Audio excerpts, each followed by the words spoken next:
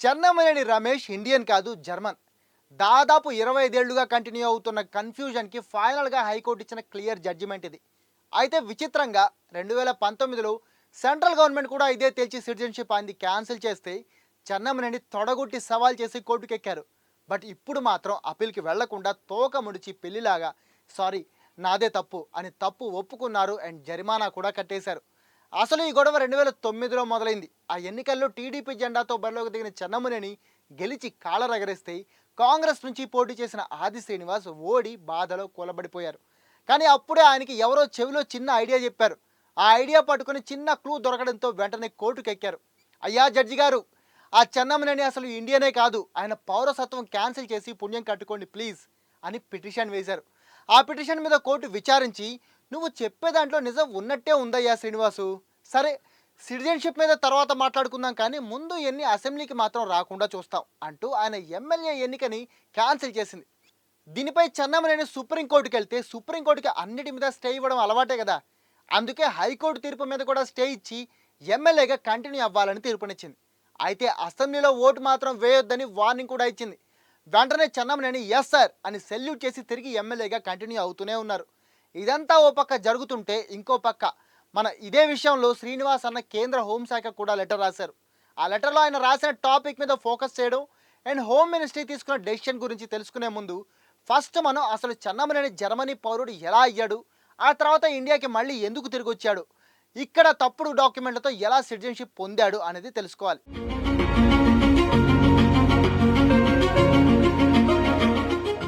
First మనం Chennamaneni family గురించి చూస్తే కరీంనగర్కి చెందిన ఆయన ఫ్యామిలీ స్వాతంత్ర సమరయోధుల ఫ్యామిలీ. అంటే అప్పట్లో బ్రిటిష్ వాళ్ళతో మంచి మంచి ఫైట్లు చేసిందన్నమాట చెన్నమనేని ఫ్యామిలీ.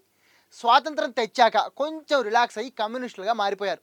వాళ్ళ సంతానమే మన రమేష్ అన్న కూడా. 1956లో పుట్టిన రమేష్ అన్నని చదువుకోమని జర్మనీకి పంపిస్తే అక్కడ 1987లో పిహెచ్డి పూర్తి చేసి దాంతోపాటే లవ్లో కూడా డిగ్రీ చేసి అక్కడే అమ్మాయిని పెళ్లి చేసుకుని ఇల్లు వాకిలి కంపెనీ ఇలా అన్నీ సెట్ చేసుకుని ఫైనల్గా 1993లో అక్కడి సిటిజన్షిప్ కూడా తీసుకొని సెటిల్ అయిపోయాడు. అంతా బాగానే గడిచిపోయింది. కానీ 13 ఏళ్ళు జర్మనీలో ఉన్నాక ఎప్పుడూ ఆ తెల్ల ముఖాలను చూసి చూసి బోరు కొట్టిందో ఏమో కానీ ఇండియా మీదకి గాలి మళ్ళింది. అందులోనూ పాలిటిక్స్లోకి రావాలని మనసులో ఆశ మొదలైంది. దాంతో 2008లో ఆయన ఇండియన్ సిటిజన్షిప్కి రీఅప్లై చేసుకున్నారు. కట్ చేస్తే అదే ఏడాది ఆయన ఇండియాకు వచ్చేశారు. సిటిజన్షిప్ గ్రాంట్ అయిపోయింది. 2009 ఎన్నికల్లో టీడీపీ టికెట్ మీద వేములవాడ నుంచి పోటీ చేసి ఎమ్మెల్యేగా ఉమ్మడి ఆంధ్రప్రదేశ్ అసెంబ్లీకి ఎన్నికయ్యారు. అలా ఆయన అసెంబ్లీలో అడుగుపెట్టడం అంతా జరిగిపోయింది. కానీ ఆయనకి అపోనెంట్గా చేతి గుర్తుతో పోటీ చేసి ఓడిన ఆది శ్రీనివాస్కి ఎక్కడో తేడా కొట్టింది. వెంటనే ఆరా తీస్తే ఇండియన్ పౌరసత్వం పొందడానికి చెన్నమనేని ఏదో మసిపూసి మారేడికాయ చేశాడని అనిపించింది. వెంటనే క్షణం ఆలస్యం చేయకుండా కోర్టుకెక్కారు ఆది శ్రీనివాస్. ఈలోపు 2009లో టీడీపీ టికెట్ మీద గెలిచిన చెన్నమనేని 2010లోనే అంటే జస్ట్ ఏడాదిలోనే సైకిల్ దిగి కారెక్కేశారు. అంటే టీడీపీ వదిలేసి బీఆర్ఎస్లో చేరిపోయారన్నమాట. ఆ ఎన్నికల్లో కూడా మళ్ళీ వేములవాడ నుంచే పోటీ చేసి ఎమ్మెల్యేగా గెలవడమే కాకుండా 2014లో కూడా గులాబీ జెండాతో పోటీ చేసి మళ్ళీ ఎమ్మెల్యేగా గెలిచారు. కానీ ఆది శ్రీనివాస్ మాత్రం చెన్నమనేని పౌరసత్వం కేసు మీద పట్టు వదలని విక్రమార్కుడిలా తెలంగాణ హైకోర్టు, సుప్రీంకోర్టు, చివరికి కేంద్ర హోంశాఖలకి పాపం చెప్పులు అరిగేలా లీడర్ సినిమాలో రానా తిరిగినట్టు తిరిగారు. ఎట్టకేలకు 2017లో ఆయన పౌరసత్వాన్ని మన మోటాభాయ్ అమిత్ షా మినిస్ట్రీ క్యాన్సిల్ చేసింది. నిజమేనయ్యా శ్రీనివాసు, చెన్నమనేని ఇండియన్ కాదు, దొంగ డాక్యుమెంట్లు ఇచ్చి గోడ దూకినట్లు రూల్స్ అన్ని దూకేసి మమ్మల్ని మోసం చేశాడు, అందుకే పౌరసత్వం క్యాన్సిల్ చేస్తున్నాం అని 2017లో చెన్నమనేని రమేష్ పౌరసత్వాన్ని క్యాన్సిల్ చేసింది సెంట్రల్ గవర్నమెంట్. దీని మీద మళ్ళీ రమేష్ అని తెలంగాణ హైకోర్టుకి వెళ్ళారు. అయ్యా, నేను 2008లో ఇండియాకు వచ్చేటప్పటికి పౌరసత్వం కావాలంటే నేను ఏడాది పాటు ఇండియాలో ఉండాలనే రూల్ లేదు. మా అమ్మా నాన్న ఉన్నా సరిపోతుంది. మా అమ్మా నాన్న ఎప్పటి నుంచో ఇక్కడే ఉంటున్నారు. అయితే నాకు పౌరసత్వం ఇచ్చిన 22 రోజులకి సెక్షన్స్ మార్చేస్తే నాదే తప్పు, ప్లీజ్ నన్ను అన్యాయం చేయకండి అని మళ్ళీ రివ్యూ పిటిషన్ వేశాడు హైకోర్టులో. ఇది మళ్ళీ కేంద్ర హోంశాఖ దగ్గరికే వెళ్ళింది. అప్పుడు మోటాభాయ్ టీం ఏం చేయాలా అని దాదాపు ఏడాదికి పైగా ఆలోచించి మనోడు ఇండియనా కాదా అని కూలంకషంగా చెక్ చేసి కాదు అని కన్ఫర్మ్ చేసుకున్నాక ఎలాంటి కన్ఫ్యూజన్ లేకుండా సారీ ఇది కోట్ల మంది జనాల ఫేట్ నిర్ణయించే ఎమ్మెల్యే పోస్ట్, సో మనం కాంప్రమైజ్ కాలేం కాబట్టి రివ్యూ పిటిషన్ కూడా కొట్టేస్తున్నాం, మీ సిటిజన్షిప్ క్యాన్సిల్ అంటే క్యాన్సిల్ అంతే అని అనౌన్స్ చేసేసింది. ఇంత రిప్లై వచ్చాక కూడా రమేష్ అన్న ఆగల. 2019లో మళ్ళీ కోర్టులో రివ్యూ పిటిషన్ వేశారు. సారు నన్ను అన్యాయంగా ఇండియన్ సిటిజన్ కాదంటున్నారంటూ పాత సినిమాల్లో నూతన్ ప్రసాద్ స్టైల్లో కోర్టు ముందు దండం పెట్టి వేడుకున్నాడు. పాపం కోర్టు కూడా నిజమే అని నమ్మి కేంద్ర హోంశాఖ నిర్ణయంపై 4 వారాల స్టే ఇచ్చింది. అప్పటి నుంచి కేసు నడుస్తూనే ఉంది.